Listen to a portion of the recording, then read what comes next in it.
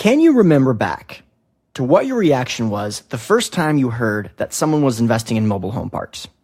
For me, it was 2011. I met someone that was investing in mobile home parks, and the first thing I thought was, number one, the tenant base is probably insane. There's going to be a lot of crime in the property. Number two, the gross dollars, the purchase prices, they're not large enough to attract sophisticated managers, so how are we going to rely on anyone that's going to work on these properties? I don't think it makes sense. Now, of course, a lot has changed since that initial reaction. In the last 8 years or so, it's become a really hot topic to discuss, and it's very in trend to invest in mobile home parks, and because of that, it's getting a little competitive. But let me ask you this. What are your thoughts on investing in retail centers? Could be that it's a similar reaction to what I had and what most of you had back the first time that someone told you that they were investing in mobile home parks.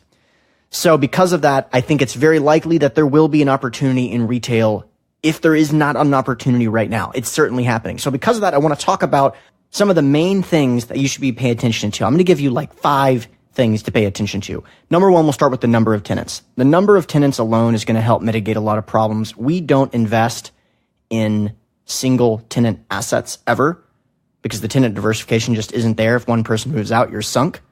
We typically like to see at least 10 to 13 tenants. Now, number two is the types of tenants. We like to see a good combination of national, regional, and local. That's because, again, not only do you want tenant diversification, you also want customer diversification. National, regional, and local brands attract different customers as well. Number three, just ensure that the tenant base lines up with the surrounding market. If you are in a low-income area and you have Gucci as an anchor tenant, you may not have a good experience. That actually may not be a good example. Let's use Ferrari as an example.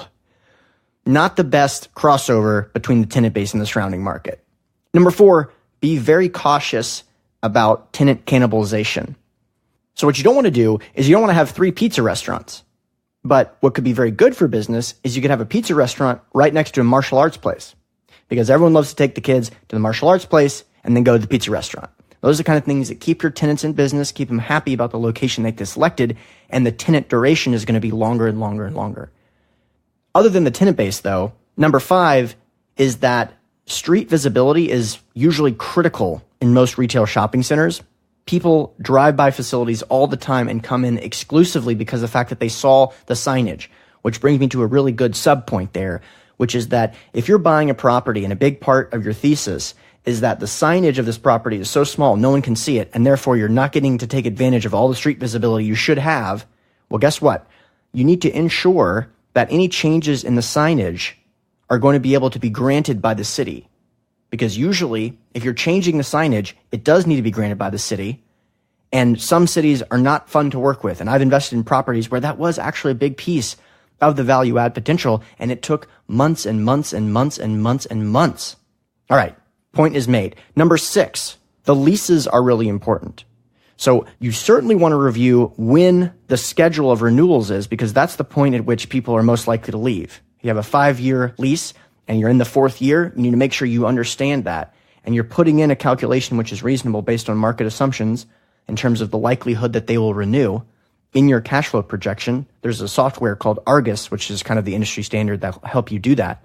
But other than just that, you also want to make a more detailed look at the leases, not only in terms of schedule, but also in terms of things like tenant improvements. Because it could be the case that you're buying a property that the previous seller granted them tenant improvements later down the road. So if you buy the property, you may be on the hook for those tenant improvements. And just to clarify what that means, that may mean that the previous owner said, look, in year 3, we'll give you another $100,000 to upgrade your unit if you continue to be with us at that point. Something like that. I mean, it can be anything in there. You just want to be cautious about that. Okay, so I know that retail is usually not the hottest topic right now, but that should clue you in as to the fact that the herd is not investing right now. Yes, it's going through a transitional period, but whenever I see every investor looking right, it doesn't necessarily mean that you should go left, but it means you should probably look left. All right, have a good day. All right, listeners, you know the routine. This show is all about learning, making wise investments, and protecting and growing your capital. So if you're interested in these topics, make sure to hit the subscribe button. Of course, if you've already enjoyed a couple of great episodes, don't be shy. Leave a review. It really helps the show's visibility. And lastly, if you're an accredited investor and you're interested in learning more about our investment opportunities, the types of deals that I personally invest in, go to asymcapital.com. That's ASYMcapital.com. Thanks a lot.